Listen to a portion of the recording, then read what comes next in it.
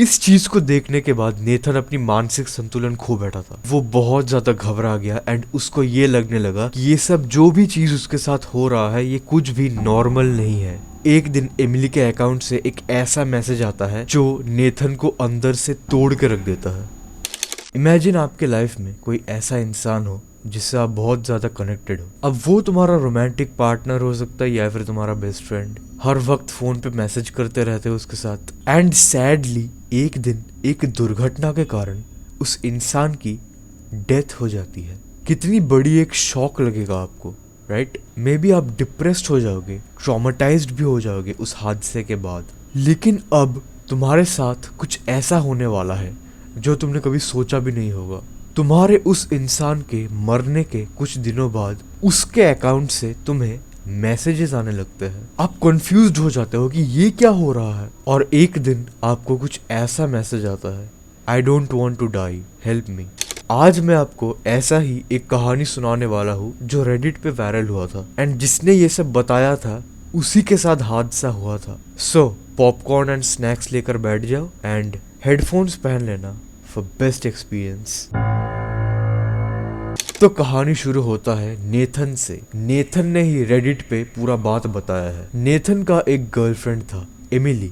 वो दोनों एक दूसरे से बहुत ज्यादा क्लोज थे। लेकिन एमिली का 2012 के अगस्त में एक कार क्रैश की वजह से डेथ हो जाता है। एमिली का गुजर जाना नेथन को पागल बना दिया था। नेथन हर वक्त एमिली के फेसबुक में उसकी पुरानी फोटोज दिखा करता था। वो एमिली के पिक्चर्स प्रिंट करवा कर अपने पास रखता था। नेथन एमिली को मानो भूल ही नहीं पा रहा था। हर वक्त उसको एमिली का चेहरा अपने सामने याद आता था। बहुत दिन, बहुत महीने, बहुत सारे थेरेपी सेशंस के बाद नेथन फाइनली हल्का हल्का रिकवर कर पा रहा था। लेकिन वो फिर भी कभी कभी एमिली का फेसबुक पेज विजिट करता था एज एन ओल्ड मेमोरी। अब क्या हुआ, एमिली के गुजर जाने के 13 महीने बाद, मतलब 1 साल बाद, नेथन को एमिली के फेसबुक पेज से एक मैसेज आता है, hello are you there. Nathan को ये मैसेज देख के थोड़ा अजीब लगा, लेकिन उसने सोचा कि ये प्रॉब्ली कोई ग्लिच होगा या फिर एमिली की मदर ने उसके अकाउंट से उसको मैसेज किया है। इन शॉर्ट उसने उतना ध्यान नहीं दिया, लेकिन ऑफ कोर्स उसको वियर्ड लगा था एक डेड अकाउंट से मैसेज आना। लेकिन ये मैसेजेस आने बंद नहीं हुए एंड और ज्यादा क्रीपी होने लगे। लाइक बहुत दिनों पहले एमिली और नेथन के बीच में एक झगड़ा हुआ था, तो उस पर मैसेजेस आते थे, please don't be angry, please stop.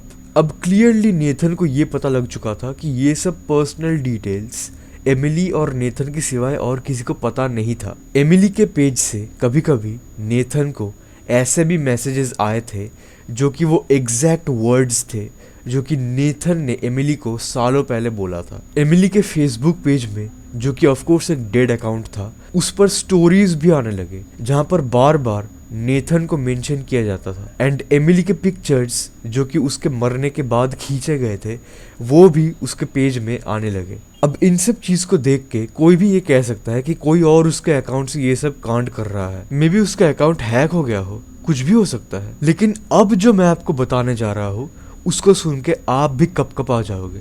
एक दिन नेथन घर लौटा था बाहर से एंड वो किसी चीज के लिए गुस्सा था, तो उसने एक चेयर को उठाकर पटक दिया। जैसे ही उसने ये करा, right at that very moment Nathan के फोन में एक मैसेज आता है जो कि एमिली के अकाउंट से ही था और वो मैसेज था, Why did you throw that chair? इस चीज को देखने के बाद नेथन अपनी मानसिक संतुलन खो बैठा था एंड अब वो बहुत ज्यादा घबरा गया एंड उसको ये लगने लगा कि ये सब जो भी चीज उसके साथ हो रहा है ये कुछ भी नॉर्मल नहीं है, कुछ गड़बड़ है। नेथन ने ये नोटिस किया कि एमिली के अकाउंट से मैसेजेस आने का कोई एग्जैक्ट पैटर्न नहीं है। मतलब कोई कोई आधी रात को आता है तो कोई कोई दोपहर को। और अब कुछ ऐसे मैसेजेस आने लगे, I am cold, I don't know where I am, help me. And एक दिन एमिली के अकाउंट से एक ऐसा मैसेज आता है जो नेथन को अंदर से तोड़ के रख देता है, I am in the car, can't move, freezing.